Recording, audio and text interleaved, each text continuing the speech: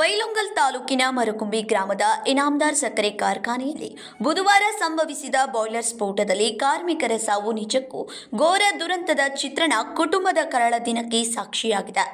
ಸಕ್ಕರೆ ಕಾರ್ಖಾನೆಯ ಬಾಯ್ಲರ್ ಸ್ಫೋಟ ಕೇಸ್ನಲ್ಲಿ 8 ಜನ ಕಾರ್ಮಿಕರ ಪ್ರಾಣಪಕ್ಷಿ ಹಾರಿಹೋಗಿ ಕುಟುಂಬಕ್ಕೆ ಆಧಾರವಾಗಿದ್ದ ಯುವಕರು ಸೇರಿ ಒಟ್ಟು 8 ಜನ ಸಾವನ್ನಪ್ಪಿರುವ ದಾರುಣ ಘಟನೆ ನಡೆದೇ ಹೋಗಿದೆ. ಅಥಣಿಯ ಮಂಜುನಾಥ್ ಗೋಪಾಲ್ ತೇರದಾಳ್ ವಯಸ್ಸು 30 ಸಾವನ್ನಪ್ಪಿದವರು ನಿಜಕ್ಕೂ ತುಂಬು ಗರ್ಭಿಣಿಯಾಗಿದ್ದ ಮಡದಿಗೆ ಶ್ರುತಿಗೆ ಬರ ಸಿಡಿಲೆ ಅಪ್ಪಳಿಸಿದಂತಾಗಿದೆ.